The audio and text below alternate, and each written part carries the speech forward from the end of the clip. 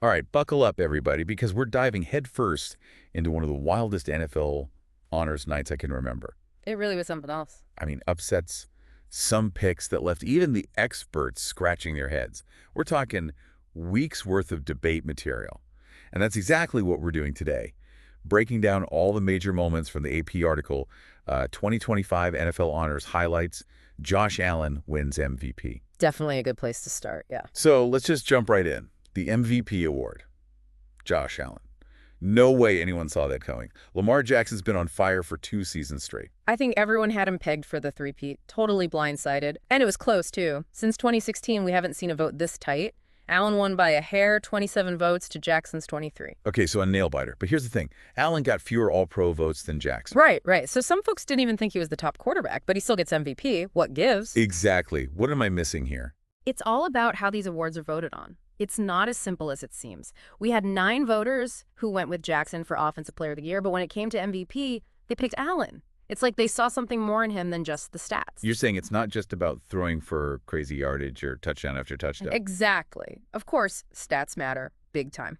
But some voters look beyond that. They factor in things like leadership, clutch plays when it matters most, how a player elevates the entire team. So they saw Allen as the heart of the Bills, even if Jackson had the numbers on paper. You got it. And don't get me wrong, Allen's stats were phenomenal. Over 3,700 passing yards, 28 touchdowns, only 6 interceptions, and get this, 12 rushing touchdowns. Damn. Dude was a one-man show. Oh, yeah. And on top of that, he made NFL history 5 seasons in a row with over 40 total touchdowns, the first ever. That's nuts. But Jackson had a killer season, too. Over 4,000 passing yards, best in the league with a 119.6 passer rating, threw a whopping 41 touchdowns with only, 4 interceptions. So basically, both guys deserve the MVP title. Basically. The voters must have been sweating bullets over that one. And it really makes you think, how do we even define valuable in football? Is it all about individual stats, or is there more to it? What do you think? That's a tough one.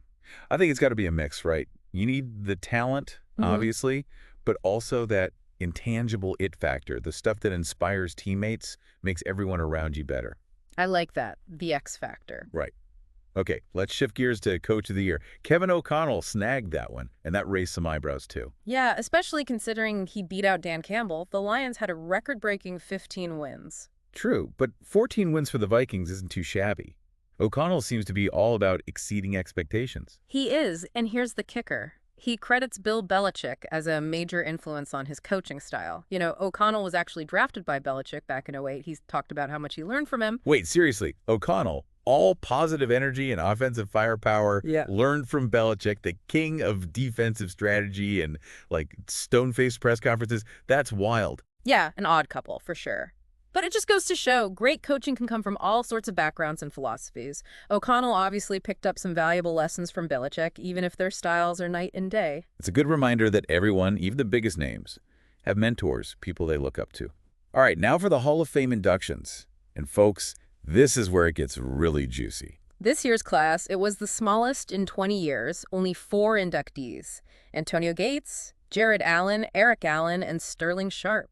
The Hall of Fame hasn't made it easy to get in these days. They've really upped the ante for what it takes to be a legend. And adding to the drama, we had Sterling Sharp joining his brother, Shannon, in the Hall of Fame. First sibling duo to ever get that honor. Huge moment for the Sharp family, for sure. Real testament to their talent and impact on the game.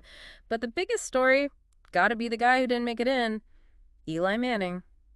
2-time Super Bowl MVP, and he's left out. I'm still wrapping my head around that one. 2 Super Bowl rings, countless iconic plays. What gives? I think it shows that the Hall of Fame is getting stricter with how they judge quarterbacks, especially in today's NFL, where passing stats are through the roof. Some argue Eli's numbers just don't stack up to other Hall of Famers. But those Super Bowl wins, those clutch moments. Definitely complicates things. It seems like they're prioritizing consistent dominance over a longer period of time, not just a few seasons of greatness. This one's going to be debated for years to come. Oh, for sure. Can't wait to hear what the listeners think. Me neither. And before we move on to the other award winners, let's give a shout out to some of the lighter, more fun parts of the show. Yes. Snoop Dogg hosting. Yeah. That was a stroke of genius. He brought this whole cool, laid-back vibe to the whole thing. Only Snoop could make an awards show feel like the coolest party in town. And came on, Who doesn't love his voice narrating the season highlights? It was epic. And him cracking jokes at Belichick's expense, that took some serious guts. Belichick seemed to roll with it, though. Even cracked a smile, which is rare. I think even the most serious coaches got to appreciate a good laugh now and then. It's a good reminder that at the end of the day, this is a game. It's supposed to be fun. And speaking of fun, we had some really touching moments too. Definitely. Randy Moss's video message while he's fighting cancer, that was incredible. He thanked the fans, the doctors, everyone who supported him. Really powerful moment. Reminder that even these tough athletes face real-life struggles.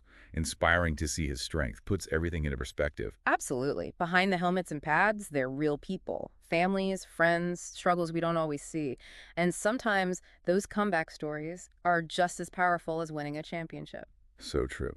Okay, we've talked upsets, debates, young talent, the fun stuff, the emotional stuff. What's your biggest takeaway from this year's NFL honors? For me, it's the feeling that the NFL's at a crossroads. We're seeing how the game's played, how players are judged, what it means to be great. It's all changing. This year's event, it was like a snapshot of that shift. The old guard meeting the new guard, the future of the league taking shape.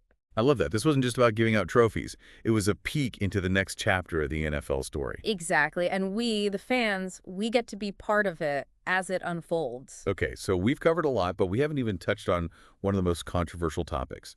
Eli Manning and the Hall of Fame. Ah, yes, the Eli enigma. That's a whole other can of worms. We need to unpack that one properly. Agreed. This decision has everyone talking. Fans, analysts, everyone. We got to dive into both sides of the argument. So strap in, folks, because we're going deep on the Eli Manning Hall of Fame debate. It was a night of highs and lows for sure. What really stuck with me was how many of the awards sparked so much debate. You gotta wonder, are we seeing a whole new era in the NFL? Like, are the old standards of what makes a player great, are those changing? You know, I see what you mean. Like we were just talking about, the MVP race. That was a perfect example. It wasn't just about who had the biggest stats. It felt like voters were looking deeper, trying to figure out what makes a player truly valuable to their team beyond just the numbers. Exactly, exactly. And this whole idea of redefining valuable, it's not just about quarterbacks either. Think about Saquon Barkley winning Offensive Player of the Year. Yeah. In a league where everyone's obsessed with passing, Barkley just dominated as a running back. It was like a reminder that a strong running game, it can still change the whole game. Oh, yeah, he was a beast out there, just plowing through defenders, making big plays week after week. I think a lot of people thought running backs weren't as important anymore, but Barkley proved him wrong. His performance this season, it was incredible. Just pure talent, work ethic, and resilience. Remember, he had those nasty injuries early in his career, and people doubted if he'd ever be the same. A true comeback story. And it makes you think, maybe running backs are making a comeback in general. Maybe teams are realizing that a balanced offense, a good running game to go with a passing attack, that's still the key to winning. It's definitely possible. And it's just one way that this year's NFL honors felt like a turning point. Like, we got a sneak peek at where the league's headed. I'm with you on that. Another thing that blew me away, Jaden Daniels winning both NFL Moment of the Year and Offensive Rookie of the Year. That almost never happens. Right. It tells you just how talented this guy is, the impact he had right from the start. That Hail Mary to Noah Brown to win the game in the last seconds. Come on, that was like something out of a movie. I was going nuts in my living room when that happened. And to think he was just a rookie. Daniels has the potential to be a huge star. He's already made so many big plays, and this is just the beginning. He's definitely one to watch. And speaking of young talent, there were other rookies who really stepped up this season. Jared Verse on defense, he was a monster all year. Absolutely. And don't forget about Quinion Mitchell and Braden Fisk. Both had breakout seasons. It's exciting to see all this new talent making a splash in the league. Makes me think the future of the NFL is pretty bright. I agree. And it's not just about individual players, it's about the new storylines that are developing. We're seeing teams that were always at the bottom suddenly competing for the top. Coaches trying out new strategies, changing the way the game is played. It feels dynamic, unpredictable, and I think fans are loving it. It's like the NFL is constantly evolving, always finding ways to surprise us. And that's what keeps it so exciting. You said it, but it wasn't all serious business and intense competition at the honors. We had some good laughs, too. Oh, yeah. Snoop Dogg hosting. pure genius. He brought such a chill vibe to the whole event. Only Snoop could make an award ceremony feel like the coolest party ever. He just has this way of connecting with everyone. Whether you live and breathe football or you just watch the Super Bowl, he makes it fun. And let's be real, who doesn't love hearing Snoop's voice over those season highlights? No one. It was also hilarious watching him roast Belichick a little bit. That took some guts. Belichick took it well, though, even cracked a smile, which is rare for him. Even the most serious coaches need to laugh sometimes. Reminds us that it's all about having fun, right? And speaking of fun, we had some really heartwarming moments, too. Yeah, absolutely. Randy Moss's video message while he's fighting cancer, that was so touching, thanking the fans, the doctors, everyone who's been there for him. Really powerful moment. It puts everything into perspective. Reminds us that even the toughest athletes, they go through real-life challenges. It was inspiring to see his strength and determination. It really was. Behind the helmets and the pads, these are real people. Families, friends, struggles we don't always see. And sometimes those stories about overcoming adversity, they hit you harder than any championship win. So true. So we've talked about the surprises, the debates, the young stars, the laughs, the emotional moments. What stands out to you as the biggest takeaway from this year's NFL honors? I think the main thing for me is that the NFL is at a crossroads. The way the game is played, how we judge players, what it means to be great in today's game, is all changing. And this year's honors, it was like a snapshot of that change. The old way meeting the new way.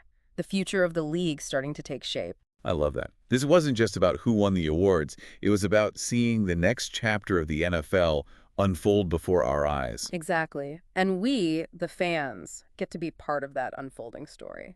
All right, so we've covered a lot, but we haven't even touched on one of the most controversial topics of the night. The whole Eli Manning Hall of Fame situation. Yes, the Eli Manning question. That's a whole other discussion, and I think we need to give it the time it deserves. I'm with you on that. This decision has sparked so much debate among fans and analysts.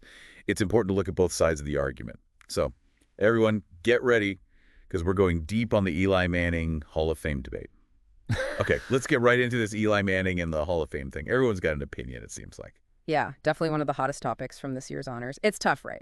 On the one hand, 2 Super Bowl wins, both against, the Patriots. Brady. That dynasty, those were huge. You can't just ignore that when you're talking about the Hall of Fame. Yeah, no doubt. Those Super Bowls, those throws, they're part of NFL history now. I mean, who could forget that David Tyree helmet catch? Eli led those game-winning drives. That's got to count for something, right? Absolutely. But then his stats, his consistency throughout his career, some people look at that and say, Hall of Famer, not so fast. He had good seasons and bad seasons, and his overall stats, I mean, they're decent, but they don't blow you away compared to some of the guys already in the Hall. True, true. Some great years, some not so great. Yeah. And the interceptions? Yeah. Well, let's just say he wasn't afraid to gamble. Right, exactly. So the big question is, do those Super Bowl moments, those clutch plays when everything was on the line, do those outweigh a career that maybe wasn't always top tier? Yeah, that's the million-dollar question. Tough one to answer. Clearly, the Hall of Fame voters thought Eli's overall record wasn't enough this year. But hey, that doesn't mean it's over for him. Right, it's not a no forever. Maybe he needs a few more years on that ballot, let those Super Bowl memories really sink in for the voters. Or maybe the way we look at quarterbacks for the Hall of Fame, maybe that'll change. Maybe those clutch moments will start to matter more. Could be. It really makes you think, what do we truly value in a Hall of Famer? Is it all about being consistently amazing for a long time? Or can those bursts of greatness on the biggest stage, can that be enough to get you in with the legends? Yeah, something to think about. So taking a step back, looking at this year's NFL honors as a whole, it kind of felt like a turning point, didn't it? Like a new generation of players and coaches, they're starting to make their mark. Totally. Like a changing of the guard. We saw young QBs like Josh Allen, Jaden Daniels. They're coming in hot, challenging the guys who've been at the top. And running backs, too. Saquon Barkley showing everyone that a powerful running game that's still a force to be reckoned with. Right. And coaches like Kevin O'Connell. Fresh ideas, new strategies, proving there's always a new way to win. It's like the NFL is a living thing, you know? It's constantly changing, adapting, and that's what makes it so great. This year's honors, it wasn't just about who took home the trophies. It was about seeing the future of the league take shape right before our eyes. And that's what keeps us coming back season after season. So thanks for joining us on this wild ride through the 2025 NFL honors. Until next time, keep those deep dives going and never stop exploring the amazing world of football.